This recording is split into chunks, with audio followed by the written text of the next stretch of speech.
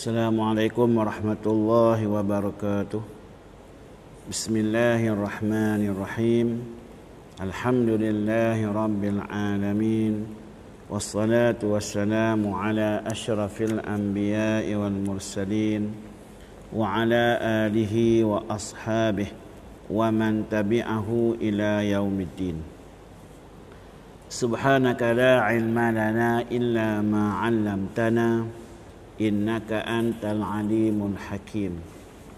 Rabbi shrah li sadri wa yassir li amri wahlul 'uqdatam min lisani yafqahu qawli. Wa qala Allah subhanahu wa ta'ala fi kitabihil aziz, a'udzu billahi minasy syaithanir rajim. Bismillahirrahmanirrahim. Alhamdulillahi rabbil alamin. Ar-Rahmanir-Rahim. Maliki yaumiddin. Iyyaka na'budu wa iyyaka nasta'in. Ihdinas siratal mustaqim. Siratal ladzina an'amta 'alaihim ghairil maghdubi 'alaihim waladdallin. Amin. Wa qala Allah Ta'ala, أعوذ بالله من الشيطان الرجيم. سماعون للكذب أكالون للسحت. وقال رسول الله صلى الله عليه وسلم كم من صائم ليس له من صومه إلا الجوع والعطش. صدق رسول الله صلى الله عليه وسلم. InsyaAllah pada pagi ini kita akan sambung perbahasan kita yang berkaitan dengan ibadat puasa, sambungan daripada yang telah kita baca sebelum ni, iaitu kita petik daripada kitab Bimbingan Mukminin, bab yang berkaitan dengan rahsia puasa. Di antara rahsia-rahsia puasa dan syarat-syarat kebatinannya. Jadi puasa ni dia ada dua. Yang pertamanya secara zahiriyah, dan puasa yang kedua iaitu batiniyah. Zahiriyah ni yang melibatkan ilmu fiqh lah, dari segi makan, minum. Kalau kata bersama dengan isteri di waktu siang hari, batal tak batal puasa dan sebagainya, itu adalah dari sudut zahiriyah. Adapun yang keduanya daripada sudut batiniyah, iaitu puasa membicarakan mengenai bagaimana jaga pandangan mata, jaga telinga, jaga seluruh anggota badan kita daripada melakukan perkara yang dilarang oleh Allah Subhanahu wa ta'ala. Bila sebut kata puasa, bukan sahaja menahan diri daripada makan dan minum dan perkara-perkara yang membatalkan puasa, tetapi bila sebut sahaja puasa, ia juga melibatkan batiniyah, iaitu perkara-perkara yang boleh membatalkan pahala puasa. Ada dua tu. Kalau kata zahiriyah, dia tak makan. Kalau dia makan dengan sengaja, minum dengan sengaja, puasa batal, pahala pun tak boleh, malahan dihukumkan haram dan berdosa besar. Tapi kalau dia tak makan, dia tak minum, dia jaga perkara-perkara yang membatalkan puasa, tetapi ketika mana dia berpuasa, dia melihat benda-benda yang diharamkan oleh syarak, lidahnya bercakap benda-benda yang dilarang oleh syarak, maka puasanya sah, tetapi dia tidak mendapat apa-apa pahala daripada Allah Subhanahu wa ta'ala. Ibadat puasanya itu melainkan lapar dan dahaga. Hak dia boleh tu lapar dan dahaga sahaja. Jadi kita sekarang ni kita membincangkan mengenai yang hilang pahala ni. Bukan kita bincangkan mengenai benda yang membatalkan puasa dari sudut ilmu fiqh, tapi kita nak Kita nak membahaskan, kita nak membicarakan mengenai benda yang boleh menghilangkan pahala puasa kita. Penatlah puasa sehari, satu pahala pun tak boleh. Yang boleh lapak dengan dahaga sahaja. Dan kita dah baca dah yang pertama, semua ada 6. Yang pertama, memejamkan mata, yakni memelihara mata daripada melihat benda yang diharamkan oleh syarak. Yang keduanya, memelihara lidah, yakni jaga mulut kita daripada bercakap benda-benda yang menimbulkan permusuhan dan sebagainya. InsyaAllah pada pagi ini kita sambung yang ketiga.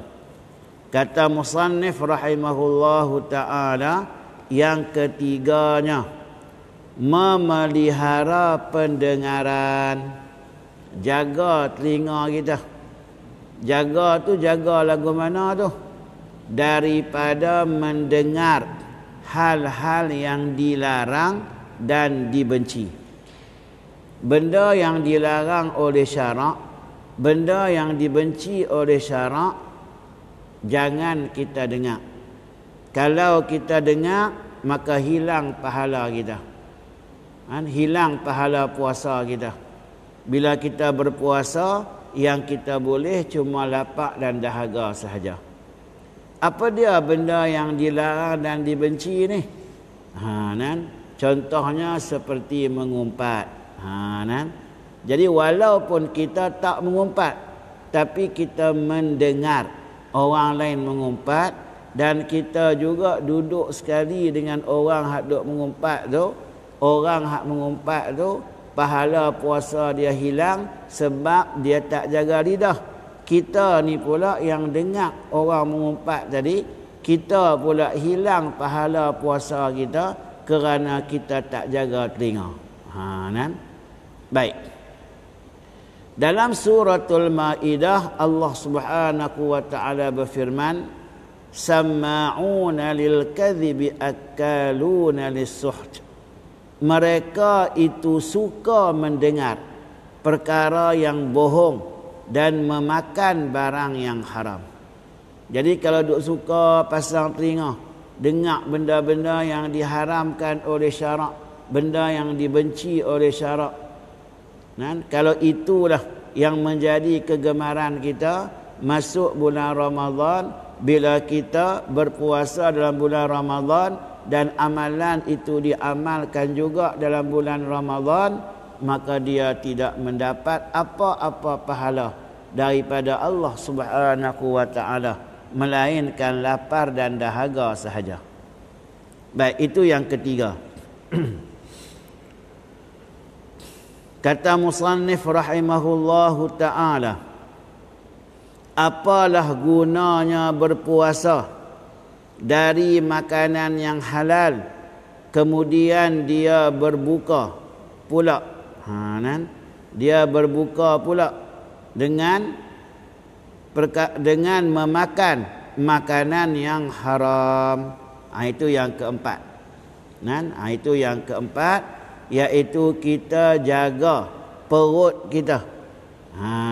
Jaga perut.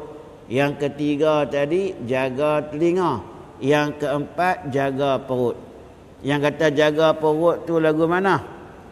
Jangan kita berbuka dengan makanan yang haram. Baik. Makanan yang haram ini dibahagikan kepada dua. Yang pertamanya disebut dengan sebutan haram li zatih, dan yang keduanya disebut dengan sebutan haram li ghairih. Yakni haram dia ada dua, satu li zatih, satu lagi li ghairih. Yang kata haram li zatih itu lagu mana? Haram pada zatnya, yakni zat benda hak kita makan tu haram. Apa dia zat benda hak kita makan tu haram? Contohnya daging babi. Zat daging tu haram. Pi buka puasa dengan daging babi. Jadi tak boleh apa-apa pahala puasa dia, melainkan lapar dan dahaga sahaja. Itu dia panggil haram li zatih. Adapun haram yang kedua dinamakan dengan haram li ghairih. Yang kata haram li ghairih itu lagu mana? Haram kerana yang lain. Bukan kerana zat, kerana yang lain. Contohnya beras, nasi. Nasi ni haram ke halal? Nasi ni halal, beras ni halal. Tetapi cara dia mendapatkan nasi atau beras itu melalui jalan yang haram. Dia pergi curi segundi beras. Haram tak? Haram kerana perbuatan mencuri. Balik mai dia masak nasi. Buat nasi mendi pula. Buat nasi biryani ke apa ke. Dia balik mai rumah, dia masak nasi, kemudian dia buka puasa. Nasi yang dimasak tu, beras tu halal ke haram? Beras tu halal. Zat dia halal. Tetapi jadi haram kerana mencuri. Nampak? Tu dia panggil haram li ghairih. Maka kedua-duanya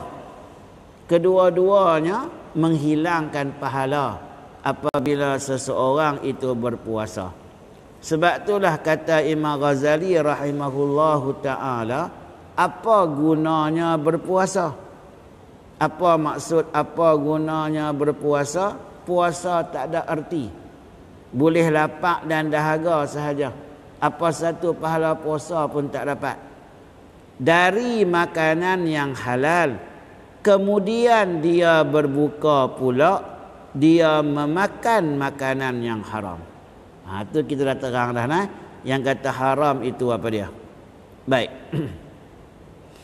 Seperti mana yang disabdakan oleh baginda Nabi sallallahu alaihi wasallam, kam min shaimin laisa lahu min saumihi illa al-ju'u wal 'atash. Ada banyak orang yang berpuasa, tetapi ia tiada memperolehi dari puasanya itu selain dari lapar dan dahaga.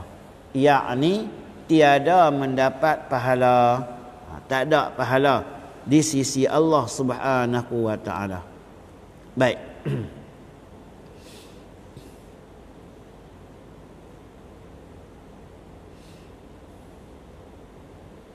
Kemudian yang kelimanya, semua ada 6. Yang kelima, janganlah membanyakkan makan waktu berbuka puasa sekalipun makanan yang halal. Ni cerita waktu buka puasa. Penuh makanan atas meja. Semua halal. Tak ada satu pun yang haram. Haram di zatih pun tak, haram di ghairih pun tak.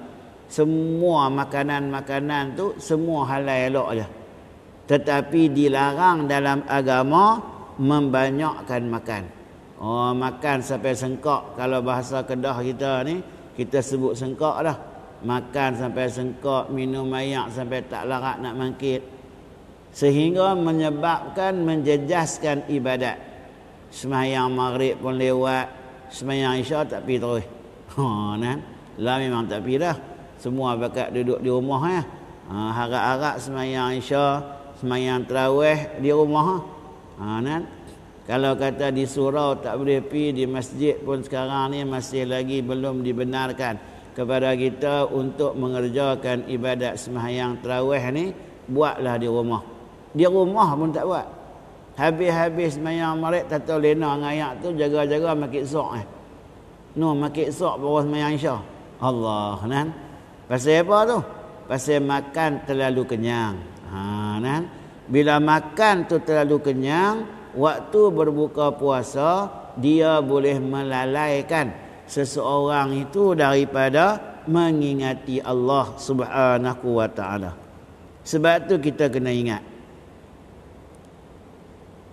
tidak ada bekas yang paling dibenci oleh Allah Subhanahu wa taala daripada perut yang penuh dengan makanan yang halal. Tu. Maknanya orang yang makan dalam keadaan makan terlalu kenyang, perbuatan itu dibenci oleh Allah Subhanahu wa taala. Apatah lagi kalau ia membawa sehingga menyebabkan dia meninggalkan perkara-perkara fardu, maka perbuatan makan itu pula dengan kerana makan tu menyebabkan dia meninggalkan perkara fardu, dibimbangi perbuatan makan tu pula membawa kepada hukum haram. Tu. Sampai semayang maghrib pun tak, sampai semayang isya pun tak. Maghrib dan isya tu fardu. Baik. Kemudian yang keenamnya, hendaklah hatinya merasa bimbang antara takut dan harap. Hati kita ni waktu kita berbuka puasa kena ada bimbang, kena ada takut, kena ada harap. Macam mana yang kena takut tu? Takutlah kalau Allah Ta'ala tak terima puasa kita. Macam mana yang kata harap tu? Haraplah Allah Subhanahu wa Ta'ala terima puasa kita.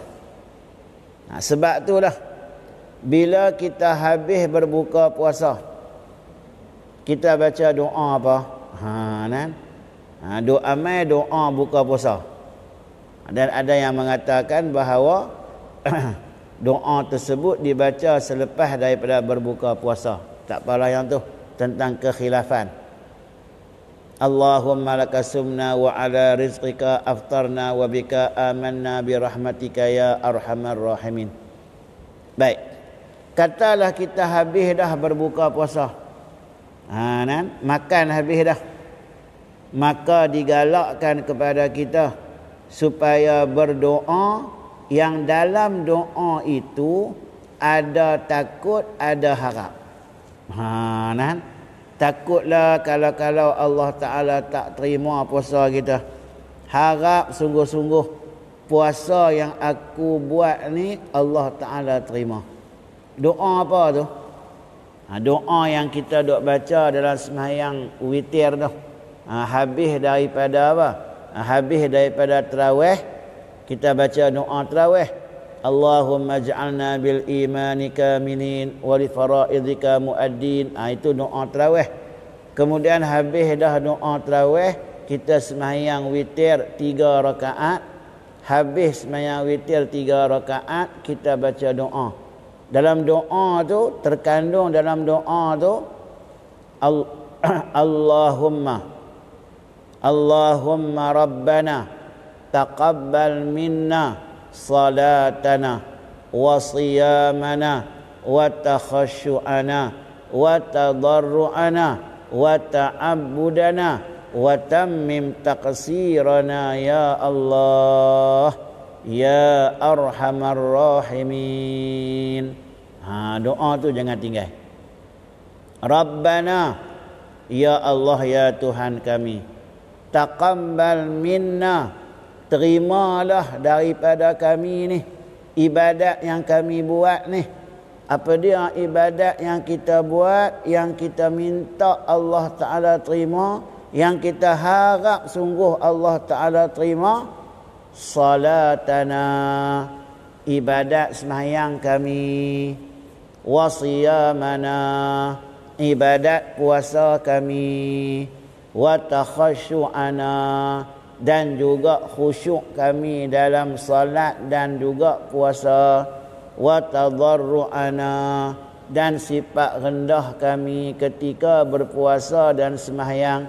Wa ta'abbudana, dan peribadatan kami dalam puasa dan sembahyang. Wa taqsir wa tammim, dan sempurnakanlah. Minta Allah Ta'ala sempurnakan. Tentu dia dah takut. Yang hak tadi harap. Harap. Ya Allah ya Tuhan kami haraplah sungguh-sungguh sembahyang kami, puasa kami diterima oleh kamu ya Allah. Itu harap. Tak mana takutnya? Wa tammim, dan lengkapkanlah, sempurnakanlah taqsirana, segala kekurangan kami. Mungkin waktu kami berpuasa itu ada kekurangan pada diri kami. Tadi puasa tadi, Allah ada juga aku pergi jerkah sat kawan tu. Oi tak tahan. Kan? Dia buat benda-benda yang menyakitkan hati.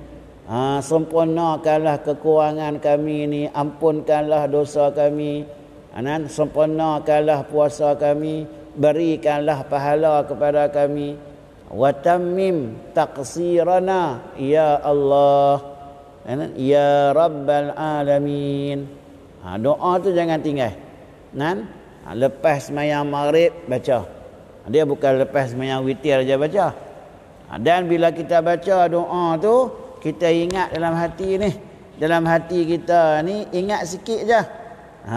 Minta Allah Ta'ala terima ibadat puasa kita, dan harap sungguh-sungguh Allah Ta'ala terima segala ibadat yang kita buat, baik sembahyang, baca Quran, zikir, puasa dan sebagainya.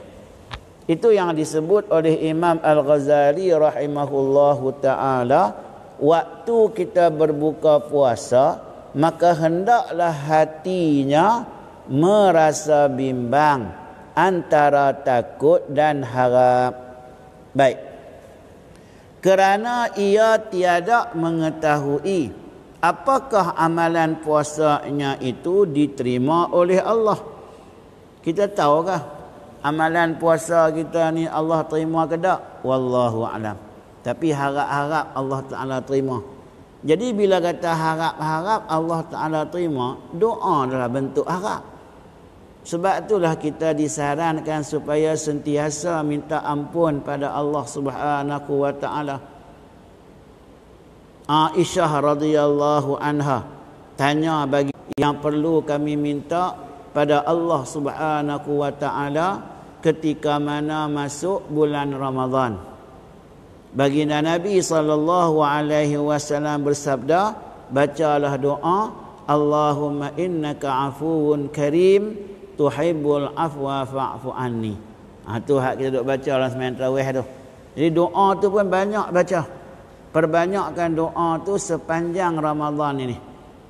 Minta supaya Allah Subhanahu wa Ta'ala mengampunkan dosa kita. Sebab orang yang lapar dan dahaga ni, kadang-kadang marah tu dia nak pergi lebih sikit. Dia jadi macam-macam lah. Baik.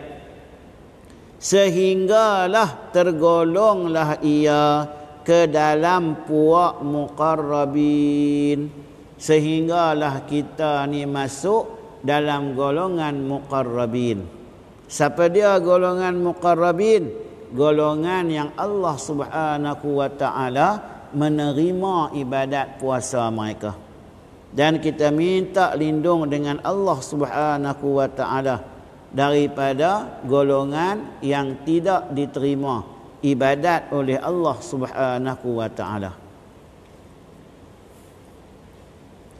Baik, jadi kita habis mengenai syarat kebatinan ada 6 semua. Jaga 6 ni, insya-Allah maqam puasa kita akan naik daripada puasa umum kepada puasa khusus. Saya ulang balik. Yang kata 6 tu apa dia? Pertamanya jaga mata. Yang keduanya jaga lidah. Yang ketiganya jaga telinga. Yang keempatnya jaga perut. Yang kelimanya jangan banyak makan waktu berbuka puasa. Dan yang keenamnya, hati kita tu kena ada rasa bimbang antara takut dan harap apabila kita berbuka puasa. Moga-moga Allah Subhanahu wa Ta'ala menerima ibadat kita, apatah lagi di dalam bulan Ramadan yang mulia ini. Kalau kita lihat di antara ibadat-ibadat yang disarankan kepada kita supaya mengerjakannya dalam bulan Ramadan ini, selain daripada berpuasa, kita juga disuruh supaya memperbanyakkan bacaan Al-Quran. InsyaAllah kita akan lihat mengenai kelebihan keutamaan Quran ni dan macam mana adab dia. Quran ni kalau nak baca, dia ada adab-adab dia. Bukan boleh kita baca Quran macam baca buku sejarah dah. Pakai tok lagu ni ya, sambil-sambil tidur, kepala duduk bawah, Quran duduk atas. Dia baca buku macam dia baca buku dia nak periksa. Tak, dia ada adab dia. Letak Quran tu elok-elok, kena ada wudu. Bukan sahaja wudu, tempat letak Quran tu pun mesti bersih, jangan ada najis. Jadi maknanya kita bila baca Quran nak mendapat kelebihan Quran, apatah lagi kelebihan dalam bulan Ramadan, kita kena pelihara, kena jaga adab-adab membaca Al-Quran itu seperti mana yang ditunjukkan oleh baginda Nabi SAW. Dan sebelum kita masuk kepada adab membaca Al-Quran ini, marilah sama-sama kita melihat apakah keutamaan Al-Quran ini, apatah lagi orang yang membacanya. Di dalam satu hadis baginda Nabi SAW, sabda Nabi, "Man qara'a al-Qur'an summa ra'a anna ahadan utiya afdala mimma utiya faqad istasghara ma 'azzamahu Allah Ta'ala."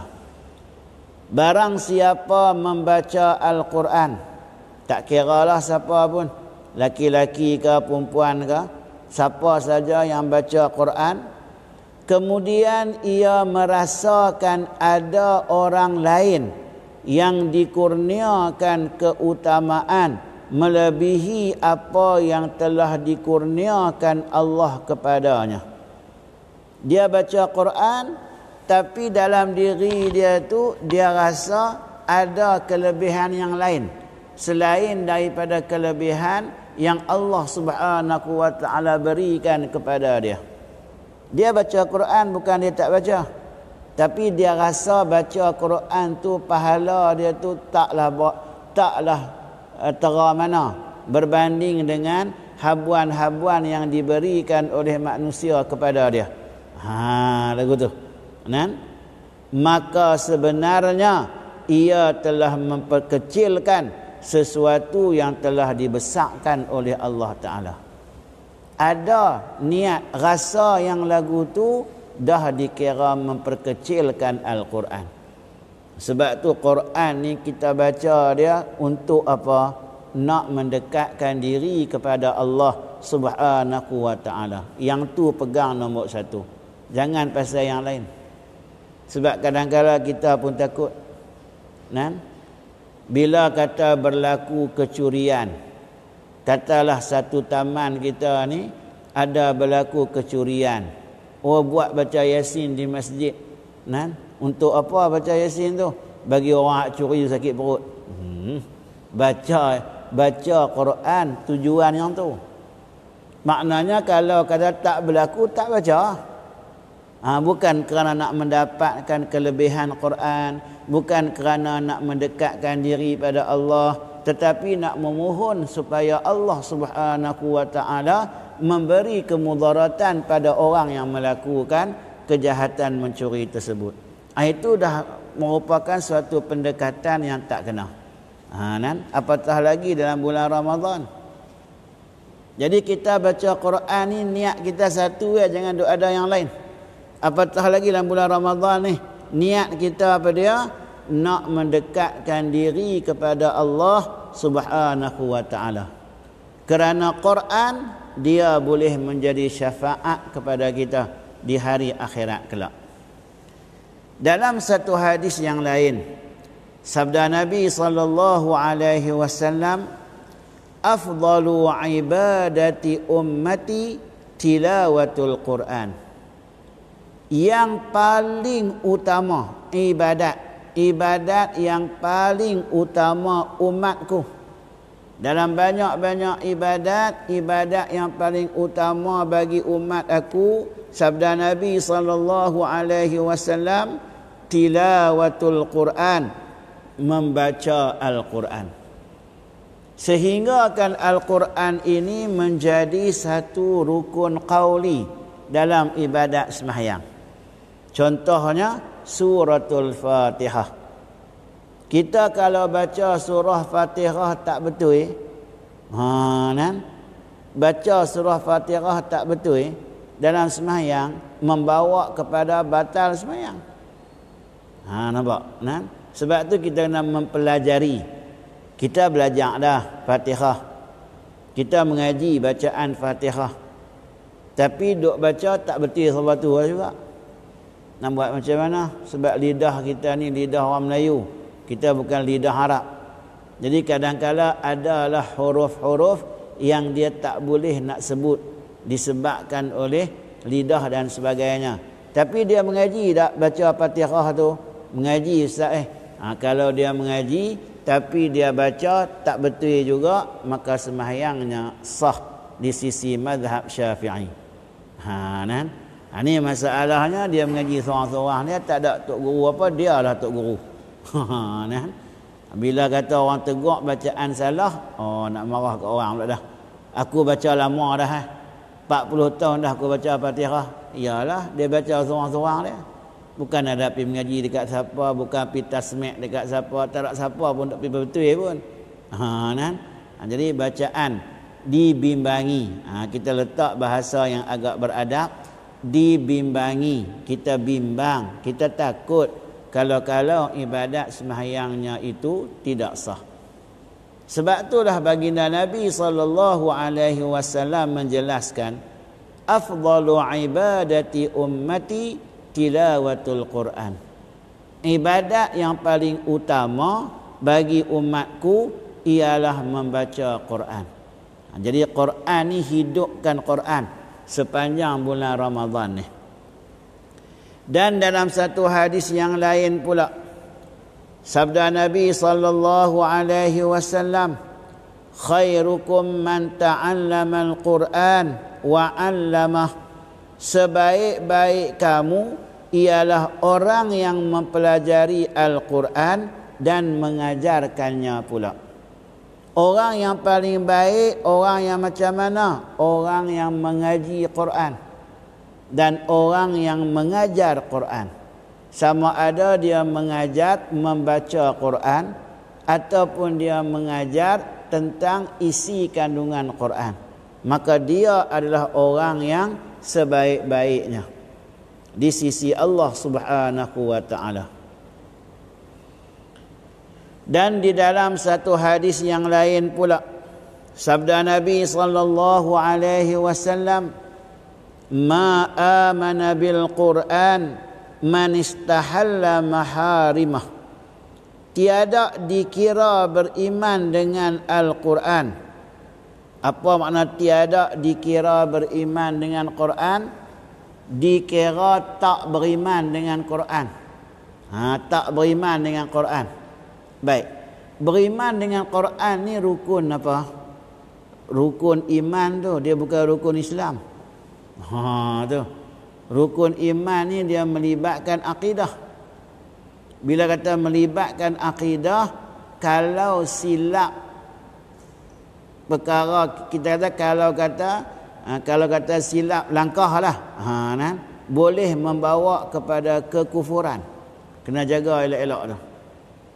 Dan percaya kepada kitab Allah adalah sebahagian daripada rukun iman yang 6. Apa dia kitab Allah? Antaranya Quran, Taurat, Injil, Zabur. Wajib kita percaya 100%. Semua tu adalah kitab Allah Subhanahu wa taala. Dan sabda baginda Nabi sallallahu alaihi wasallam, ma amana bil Quran, tiada dikira beriman dengan Quran. Tak dikira beriman dengan rukun iman. Maknanya boleh membawa kepada, kita katakan apa, kegoncangan akidah. Dan yang paling membimbangkan, takut membawa kepada keruntuhan akidah. Siapa dia ni? Orang yang lagu mana ni? man istahalla maharimah, orang yang menghalalkan segala larangan-larangannya. Dalam Quran ada larangan daripada Allah Subhanahu wa taala. Tiba-tiba kita menghalalkan yang diharamkan oleh Allah Subhanahu wa taala. Begitulah juga mengharamkan yang dihalalkan oleh Allah Subhanahu wa taala. Jadi jangan sekali-kali kita menghalalkan yang diharamkan Quran dan kita mengharamkan yang dihalalkan Quran. Baik.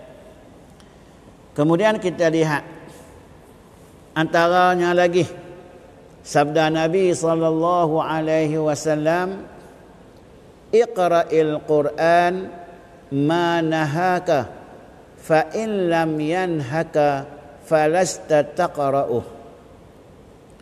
Bacalah Al-Quran selagi ia dapat menegahmu. Disuruh kepada kita supaya membaca Al-Quran selagi Quran itu melarang kita daripada melakukan perkara yang dilarang oleh Allah Subhanahu wa taala. Maka sekiranya ia tiada dapat menegahmu, berertilah engkau belum membacanya. Jadi kalau kata kita sebagai contohnya, kita tak ikut segala pesanan Quran,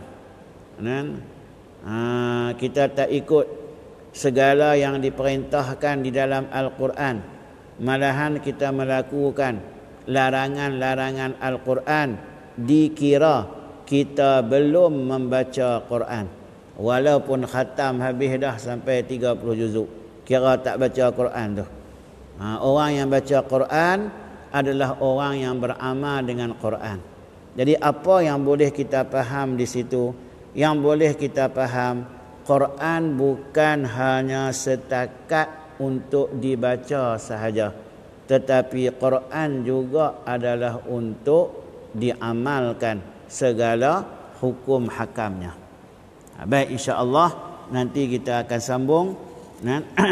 Ada keluangan masa, insya-Allah kita akan sambung yang berkaitan dengan membaca Al-Quran, lebih-lebih lagi dalam bulan Ramadan yang mulia ini. Jadi saya rasa sampai di situ dulu kuliah kita pada hari ini. Kita tangguhkan majlis ilmu kita dengan tasbih kafarah dan suratul Asr. Subhanakallahumma bihamdika asyhadu an la ilaha illa anta astaghfiruka wa atubu ilaih. Subhanakallahumma bihamdika asyhadu an la ilaha illa anta astaghfiruka wa atubu ilaih. Subhanakallahumma bihamdika asyhadu an la ilaha illa anta astaghfiruka wa atubu ilaih. Bismillahirrahmanirrahim. Wal 'ashr innal insana lafi khusr illa alladhina amanu wa 'amilus salihati wa tawassaw bil haqq wa tawassaw bis sabr. Bismillahirrahmanirrahim. Alhamdulillahi rabbil alamin. Hamdan yuwafi ni'amahu wa yukafi'u mazidah. Ya Rabbana lakal hamdu kama yanbaghi li jalali wajhika wa 'azimi sultanik. Allahumma tahhir qulubana minan nifaq wa a'malana minar riya wa a'yunana minal khiyanah fa innaka ta'lamu kha'inatan a'yun wa ma tukhfi as-sudur. Allahumma innaka 'afuwun karimun tuhibbul 'afwa fa'fu 'anna wa 'an walidina wa 'an jami'il muslimina wal muslimat wal mu'minina wal mu'minat bi rahmatika ya arhamar rahimin. Bismillahilladzi la yadhurru ma'asmihi syai'un fil ardi wa la fis sama'i wa huwas sami'ul 'alim. Na'udzu bikalimatillahi tammati min syarri ma khalaq. Wa sallallahu ala sayyidina Muhammadin wa ala alihi wa sahbihi ajma'in. Walhamdulillahi rabbil alamin. Taqabbalallahu minkum.